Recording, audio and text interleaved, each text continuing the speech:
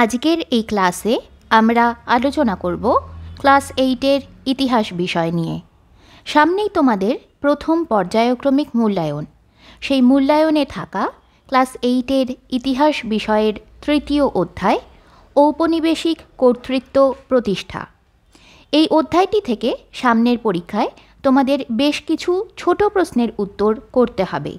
সেই রকমই 60টি ছোট প্রশ্ন ও তার উত্তর নিয়ে আজকের আমাদের এই ক্লাস। তবে আজকের এই ক্লাসটি পার্ট 1-এর ক্লাস, অর্থাৎ আজকের ক্লাসে তোমরা প্রথম 30টি ছোট প্রশ্ন ও তার উত্তর পেয়ে যাবে এবং এর পরের দিন আরও একটি ক্লাস আসবে পার্ট 2-এর ক্লাস, যেখানে আরও 30টি ছোট প্রশ্ন ও উত্তর দেওয়া হবে। এই প্রত্যেকটি ছোট প্রশ্ন ও উত্তর তোমাদের সামনের পরীক্ষার জন্য খুবই গুরুত্বপূর্ণ। এখান থেকে অবশ্যই তোমাদের পরীক্ষায় প্রশ্ন আসবে, তাই খুব ভালোভাবে মন দিয়ে এই প্রত্যেকটি ছোট প্রশ্ন ও উত্তর তোমরা পড়ো এবং তৈরি করো। তাহলে চলো দেখে নিই প্রশ্ন উত্তরগুলি। অতি সংক্ষিপ্ত উত্তরধর্মী প্রশ্নাবলী। এই প্রশ্নগুলির প্রত্যেকটির মান 1 নম্বর করে। প্রথম প্রশ্ন, ব্রিটিশরা কত খ্রিস্টাব্দে মুসলিপট্টনমে ঘাঁটি তৈরি করে? উত্তর 1161 খ্রিস্টাব্দে। 2 নম্বর প্রশ্ন, ভারতে প্রথম পর্বে কোম্পানির অধিকৃত ভূখণ্ডগুলি কী নামে পরিচিত ছিল? উত্তর প্রেসিডেন্সি।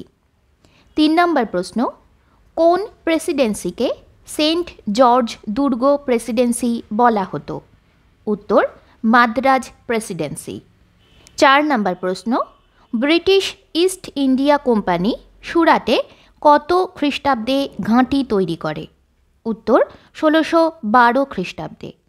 5 নম্বর প্রশ্ন, কেরালা ও অন্ধ্রপ্রদেশের বেশ কিছু অঞ্চল, কর্ণাটক ও দক্ষিণ উড়িষ্যার বিভিন্ন অঞ্চল কোন প্রেসিডেন্সির অন্তর্গত ছিল?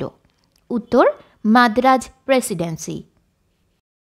6 নম্বর প্রশ্ন, মাদ্রাজ প্রেসিডেন্সির গ্রীষ্মকালীন প্রশাসনিক কেন্দ্র কোনটি ছিল? উত্তর ওটাকামুন্দ।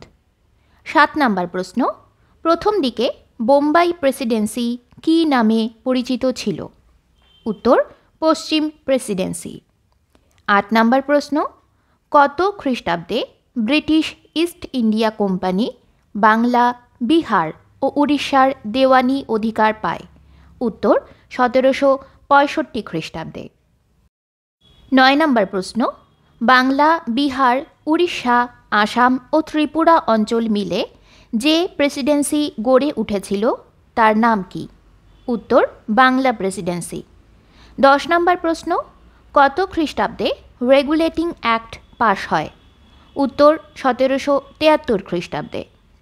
11 নম্বর প্রশ্ন, রেগুলেটিং অ্যাক্ট অনুযায়ী গভর্নর জেনারেল পদের মেয়াদ কত ছিল? উত্তর 5 বছর।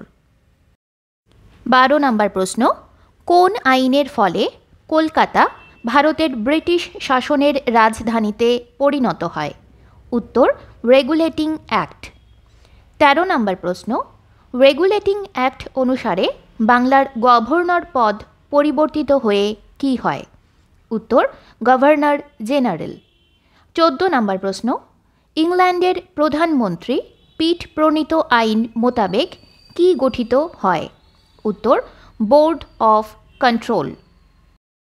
15 নম্বর প্রশ্ন, কত খ্রিস্টাব্দে ব্রিটিশ ইস্ট ইন্ডিয়া কোম্পানির তরফে নতুন বিচার ব্যবস্থা চালু করা হয়? উত্তর 1772 খ্রিস্টাব্দে। 16 নম্বর প্রশ্ন, কোন আইনের বলে কলকাতায় সুপ্রিম কোর্ট স্থাপিত হয়? উত্তর 1773 খ্রিস্টাব্দের রেগুলেটিং আইন। 17 নম্বর প্রশ্ন, সুপ্রিম কোর্টের প্রথম প্রধান বিচারপতি কে ছিলেন? উত্তর স্যার এলিজা ইম্পে। 18 নম্বর প্রশ্ন, কত খ্রিস্টাব্দে কলকাতায় ইম্পেরিয়াল কোর্ট তৈরি হয়? উত্তর 1774 খ্রিস্টাব্দে। 19 নম্বর প্রশ্ন, কত খ্রিস্টাব্দে সুপ্রিম কোর্টের বিচারকের সংখ্যা 4 জনের বদলে 3 জন করা হয়? উত্তর 1797 খ্রিস্টাব্দে। 20 নম্বর প্রশ্ন, বোম্বাইতে কত খ্রিস্টাব্দে সুপ্রিম কোর্ট প্রতিষ্ঠিত হয়? উত্তর 1823 খ্রিস্টাব্দে। 21 নম্বর প্রশ্ন, গোটা ভারত জুড়ে মোট কটি সুপ্রিম কোর্ট তৈরি করেছিল ব্রিটিশ কোম্পানি? উত্তর 3টি। 22 নম্বর প্রশ্ন, কত খ্রিস্টাব্দে কলকাতায় সুপ্রিম কোর্ট প্রতিষ্ঠিত হয়? উত্তর 1774 খ্রিস্টাব্দে। 23 নম্বর প্রশ্ন, কর্নওয়ালিস কোড কত খ্রিস্টাব্দে চালু হয়? উত্তর 1793 খ্রিস্টাব্দে।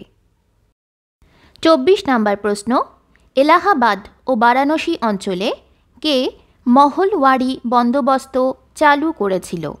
উত্তর লর্ড উইলিয়াম বেন্টিঙ্ক। 25 নম্বর প্রশ্ন, কে ঠগী দস্যুদের দমনে সক্রিয় ভূমিকা নিয়েছিলেন? উত্তর কর্নেল স্লিম্যান। 26 নম্বর প্রশ্ন, ঠগী দস্যু দমনে কে বিশেষ বিভাগ তৈরি করেন? উত্তর উইলিয়াম বেন্টিঙ্ক।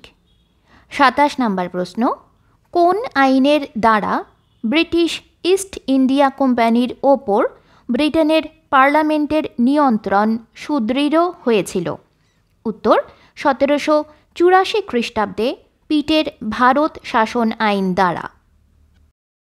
28 নম্বর প্রশ্ন, কত খ্রিস্টাব্দে লর্ড কর্নওয়ালিস জেলাগুলো দেখাশোনা করার জন্য পুলিশ থানা ব্যবস্থা চালু করেন? উত্তর 1793 খ্রিস্টাব্দে। 29 নম্বর প্রশ্ন, কবে দারোগা ব্যবস্থার বিলোপ ঘটে? উত্তর 1812 খ্রিস্টাব্দে। 30 নম্বর প্রশ্ন, ভারতীয় সেনারা ব্রিটিশ আমলে কী নামে পরিচিত ছিল? উত্তর সিপাহী।